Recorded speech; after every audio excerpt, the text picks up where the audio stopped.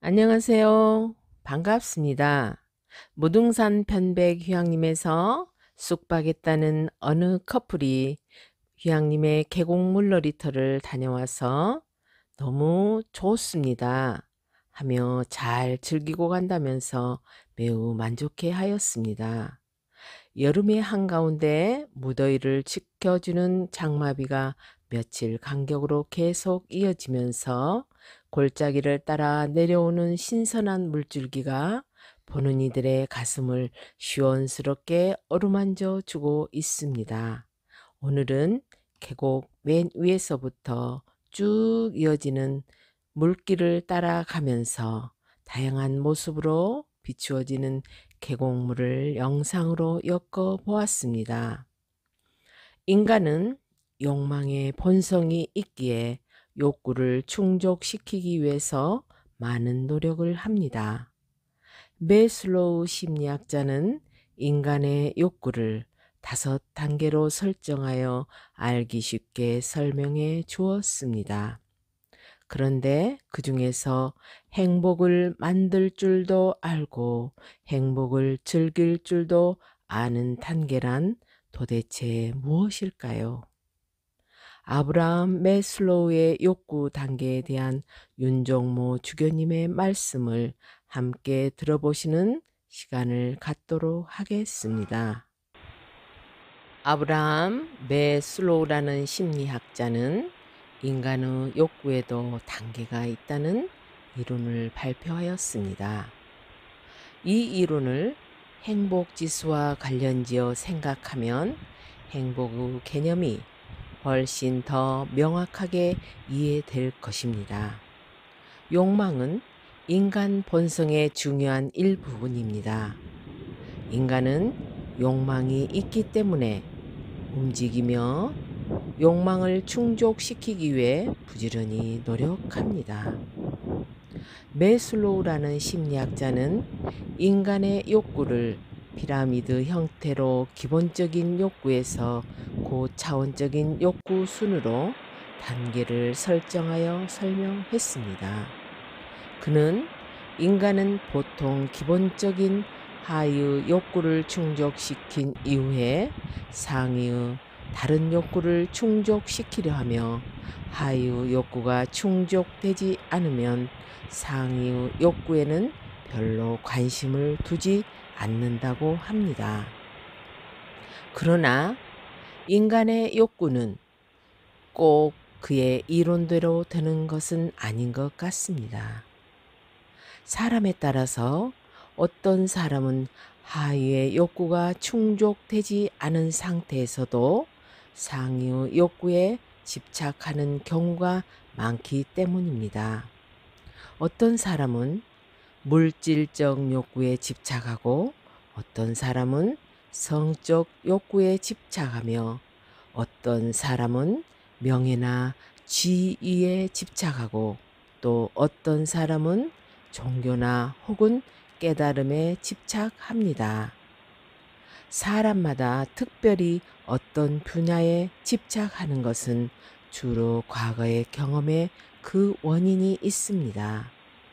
매슬로우 욕구 단계 이론은 약간의 비판하는 여지가 있지만 욕구라는 관점으로 인간을 이해하는데 매우 유용한 이론입니다.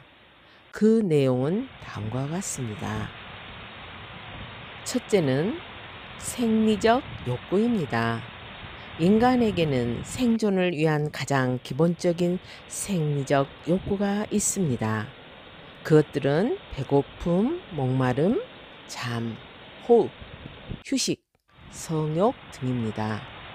이런 욕구가 충족되면 사람은 좀 더 상위의 욕구에 목마르게 되고 그 욕구가 충족되면 좀 더 높은 차원의 욕구를 갈망하게 됩니다. 이런 점에서 인간은 충족되지 않는 욕구에 의해서 동기화되는 존재라고 할 수 있습니다.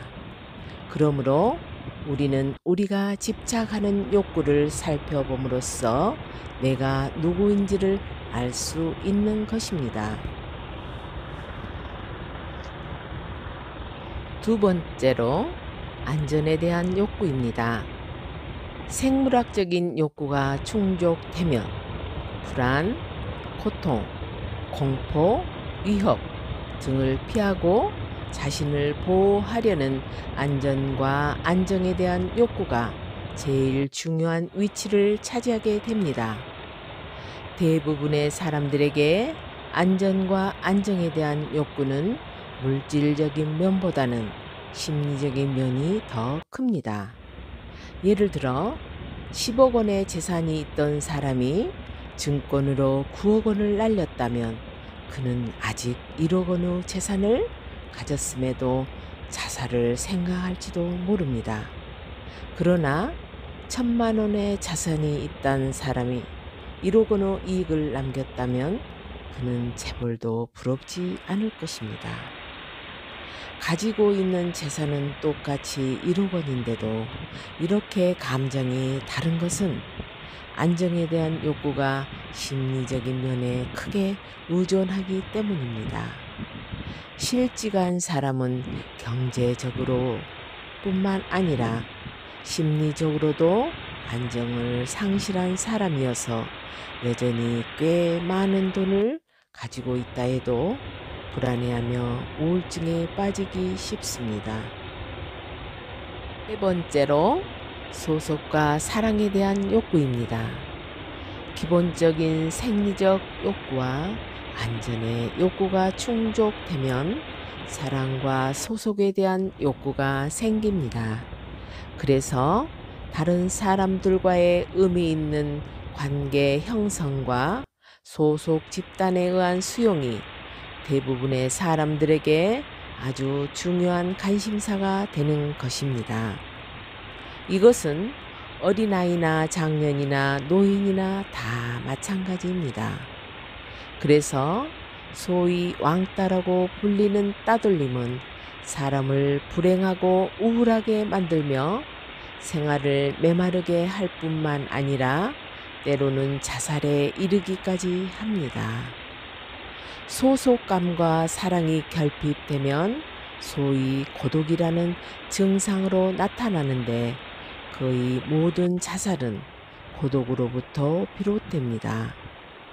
예를 들어 누군가 자살을 했다면 나이든 노인이나 인기가 떨어진 연예인이나 에이즈와 같은 불치병 환자나 주위에 사람들이 없다는 고독감이 그들을 궁지로 몰고 갔을 것입니다.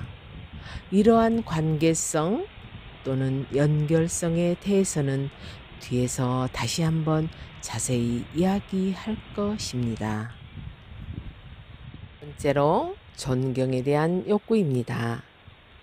존경에 대한 욕구는 다른 사람에게 인정을 받고자 하는 욕구입니다. 그래서 어떤 사람들은 존경에 대한 욕구를 인정에 대한 욕구 혹은 명예에 대한 욕구라고 부르기도 합니다. 사람은 누구나 다른 사람보다 뛰어난 면을 성취해서 그것으로 사람들에게 인정을 받고자 합니다. 알프레드 아들러라는 심리학자는 우월성에 대한 추구야말로 인간의 가장 강력한 욕구 에너지라고 말했는데 우월성을 추구하는 심리 깊은 곳에는 바로 존경에 대한 욕구가 꿈틀거리고 있는 것입니다. 다섯 번째로 자아실현에 대한 욕구입니다. 자아실현의 욕구는 한 인간이 될 수 있는 최대한의 인간이 되고자 하는 욕구라고 할 수 있습니다. 이것은 곧 자아 완성의 욕구를 의미하는 것입니다. 매슬로우는 자아 실현이란 가장 높은 수준의 욕구로서 개인의 내적 성장을 포함한다고 보았습니다. 그는 자아를 실현한 사람들의 성격을 조사하여 15가지의 성격적 특성을 제시했는데 그 내용은 뒤에서 다시 소개하려고 합니다. 자아를 실현한 사람들의 성격은 대체로 사물을 있는 그대로 편견 없이 바라보고 사고나 행동이 물 흐르듯이 자연스러우며 초연한 생활을 즐깁니다. 그들은 특히 절정 경험과 신비 경험을 해 보았거나 심지어 그것을 즐긴다는 공통점이 있습니다. 그러나 자아를 실현한 사람들의 가장 중요한 특징은 행복입니다. 그들은 행복을 만들 줄도 알고 행복을 즐길 줄도 압니다. 오늘은 휴양림의 물목재 계곡 맨 위에서부터 차근차근 내려가는 물줄기를 따라가며 여러 가지 형태로 비추어지는 계곡물의 영상을 보시면서 아브라함 매슬로우의 욕구 단계에 대한 윤종모 주교님의 말씀을 함께 들어보시는 시간이 되었습니다. 자아를 실현하는 사람들은 행복을 만들 줄도 알고 행복을 즐길 줄도 안다는 윤종모 주교님의 말씀에 다음 시간이 또 기대되면서 기다려집니다. 소중한 시간을 함께 해주셔서 대단히 감사합니다. 건강하십시오.